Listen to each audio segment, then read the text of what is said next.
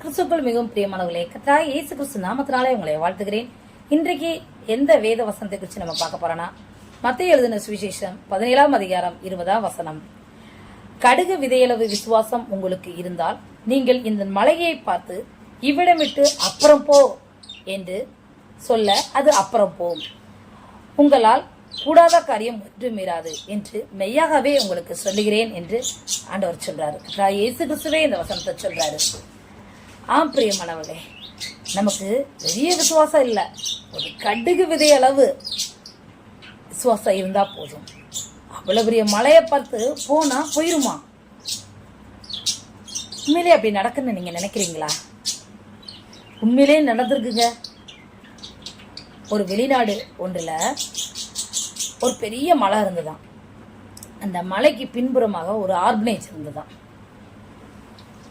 அப்போ அந்த வெளிநாட்டில் மழை காலங்களில், பனி சூழ்கிற காலங்களில் வெயிலே வராதான்.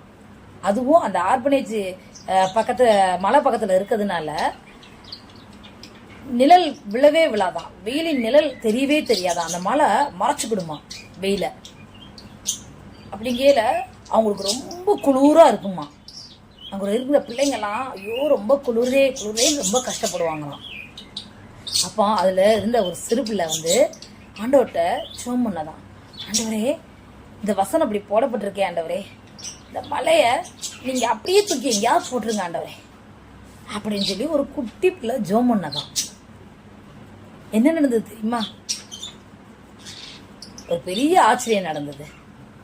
அந்த கவர்மெண்ட் என்ன செஞ்சதுன்னா, அந்த மலை இருக்கிற இடத்துல ஒரு பெரிய என்கேஜ் போடணும்னு சொல்லிட்டு, பெரிய ரோடு போடணும்னு சொல்லிட்டு அந்த மலையை அப்படியே பேர்த்தெடுத்துட்டாங்களாம். அந்த மலை இருந்த இடமே தெரியாதபடி பேர்த்தெடுத்துட்டாங்களாம். பார்த்தீங்களா? அந்த பிள்ளையால அந்த மலை தூக்கி எங்கேயும் போட முடியாது. ஆனால் நமக்காக ஆண்டவர் எதையாவது கொண்டாவது அதை செய்ய வல்லவராய் இருக்கிறார். நம்மகிட்ட எதிர்பார்க்கறது ஒரு குட்டி விசுவாசம், ஒரு கடுகளவு விசுவாசம். அதைத்தான் எதிர்பார்க்கிறார். ஆம் பிரியமானவர்களே, உங்கள் விசுவாசத்தை இந்த நாளில் நீங்கள் பெருக்கிக் கொள்ளுங்கள். சோர்ந்து போகாதீங்க.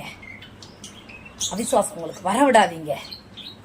அதோட சோமுனி விசுவாசத்தில் வளர்ச்சி அடைங்க. தேவன் பெரிய அற்புதங்களை உங்களுக்கு செய்வார். ஆமென். அந்த இயேசுவை நம்புங்கள், விசுவாசியங்கள், ஏற்றுக்கொள்ளுங்கள். கர்த்தரிலிருந்து பெரிய அற்புதங்களை பெற்றுக் கொள்வீர்கள். தேவன் தான் உங்களை ஆசீர்வதிப்பாராக. ஆமென்.